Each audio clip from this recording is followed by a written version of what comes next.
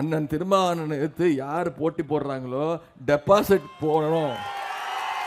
யார் எதிர்த்து எந்த கொம்பம் போட்டி போட்டாலும் அண்ணனை எதிர்த்து போட்டி போடுறவன் டெபாசிட் இழக்கணும்.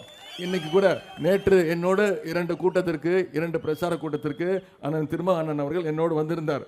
இன்னைக்கு காலையில் அவர் டெல்லியில் ஒரு மிகப்பெரிய ஒரு போராட்டம், அந்த போராட்டத்தில் கலந்துக்கிறதுக்காக நேற்று நல்லூர் வந்து என்கிட்ட சொன்னார். நான் தப்பாக நினச்சிப்பேன், தம்பி நான் ஒரு போராட்டத்துக்கு போகணும், டெல்லி போராட்டம், நீங்கள் எதுவும் தப்பாக நினச்சிக்காதீங்க, பிரச்சாரத்துக்கு போகிறீங்களான்னு. நான் என்ன தெரியுமா அவர்கிட்ட சொன்னேன், அண்ணன் நீங்களும் நானும் வேற கிடையாது, நான் உங்கள் தம்பி,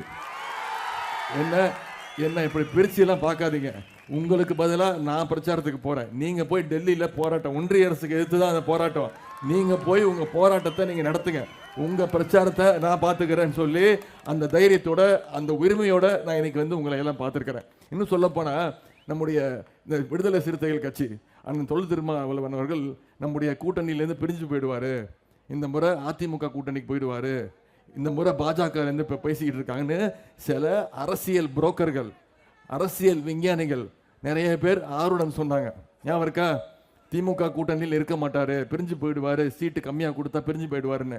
ஆனால் அண்ணன் தொல் திருமாவளவன் அவர்கள் மனதிரத்தோடு இருந்து மன உறுதியோடு இருந்து அதிமுக கூட்டணியாக இருந்தாலும் சரி, பாஜக கூட்டணியாக இருந்தாலும் சரி, அது வெறும் கொள்ளை கூட்டணி, தமிழக மக்களை ஏமாற்றுகின்ற கூட்டணி, நம்முடைய மதச்சார்பற்ற முற்போக்கு கூட்டணி, திமுக தலைமையிலான கூட்டணி தான் உண்மையான கொள்கை கூட்டணி, சமூக நீதிக்காக போராடுகின்ற கூட்டணி அப்படின்னு நம்முடைய கூட்டணியில் அவர் இன்னைக்கு இடம் பிடிச்சிருக்கிறாருன்னா அவரை நான் சொல்றேன், திமுக 22 இடத்துல போட்டியிடுது, நம்ம 22 இடத்துல போட்டியிட்டு வெற்றி பெற போறோம்.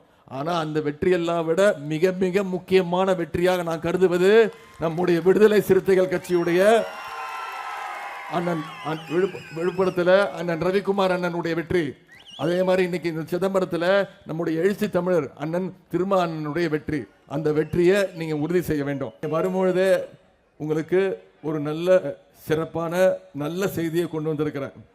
அது என்ன செய்தி, நேற்று இரவு பானை சின்னம் நம்முடைய விடுதலை சிறுத்தைகள் கட்சிக்கு உறுதியாகிவிட்டது. இதுல இருந்து என்ன தெரியுது, ஒன்றிய பாஜக அரசு தங்களோடு கூட்டு வைத்துக் கொள்கின்ற அனைத்து கட்சிகளுக்கும் என்ன சின்னம் கேட்டாலும் உடனே கொடுத்தாங்க. உங்களுக்கே தெரியும், தொலைக்காட்சியில் பார்த்துருப்பீங்க, நியூஸ் பேப்பரில் படிச்சிருப்பீங்க. ஆனால் நம்முடைய மதச்சார்பற்ற முற்போக்கு கூட்டணி இந்தியா கூட்டணியில் இருக்கக்கூடிய கட்சிகள் எந்த சின்னம் கேட்டாலும் கொடுக்க முடியாது, அதற்கு பதிலாக வேற சின்னம் தான் கொடுப்போம்னு சொல்லி அலக்கழிச்சாங்க. ஆனால் நம்முடைய எழுச்சி தமிழர் அண்ணன் திருமாவர்களும் அவருடைய சேர்ந்த அந்த தோழர்களும் விடுதலை சிறுத்தைகள் கட்சியில் சேர்ந்த தோழர்களும் அந்த வழக்கறிஞரனையும் மிகப்பெரிய சட்ட போராட்டத்தை நடத்தி நேற்று வெற்றிகரமாக பானை சின்னத்தை 2 தொகுதிக்கு வாங்கிட்டாங்க. இப்போ இந்த பானை சின்னத்தை வாங்கினதுலேயே நாம பாதி வெற்றி பெற்றுட்டோம். இன்னும் நம்ம பாதி வேலை தான் செய்யணும். அந்த வேலையை செய்யறதுக்கு நீங்க தயாரா இருக்கீங்களா? அனைவரும் முடிவெடுத்துட்டீங்களா? எந்த சின்னம்? சத்தமா சொல்லுங்க, எந்த சின்னம்?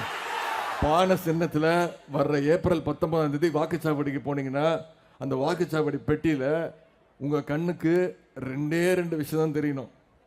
ஒன்று, நம்முடைய எழுச்சி தமிழர் உங்களுடைய வேட்பாளர் அண்ணன் திருமாவளவனுடைய பேர் தெரியணும், சரியா?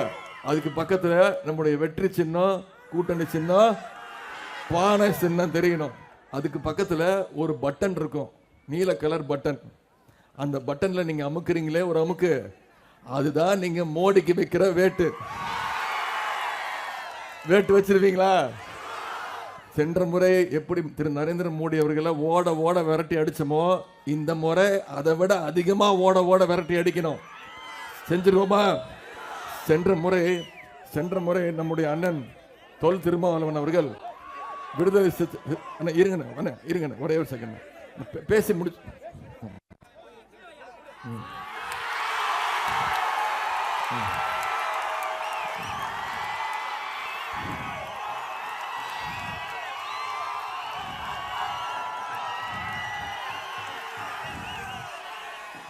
போதுமாண்ணே?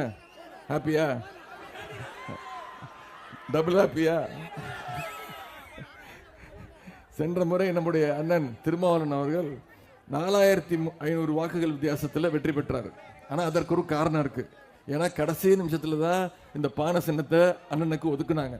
ஆனா இந்த முறை பானை சின்னத்தை நாம பிரபலப்படுத்துறோமோ இல்லையோ, இது அவங்க நம்ம சும்மா கேட்டு கொடுத்துருந்தா கூட ஒரே நாள் செய்தி போயிருக்கோம். பிரேக்கிங் நியூஸு நம்முடைய சன் நியூஸு நம்முடைய தமிழ் சேனலில் தமிழ் செய்திகளில் வந்து முடிஞ்சிருக்கும்.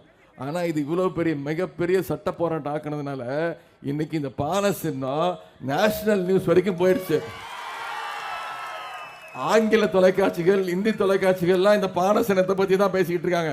எப்படி சாமர்த்தியமா இந்த பானை சின்னத்தை இவங்க வாங்கினாங்க அப்படின்னு.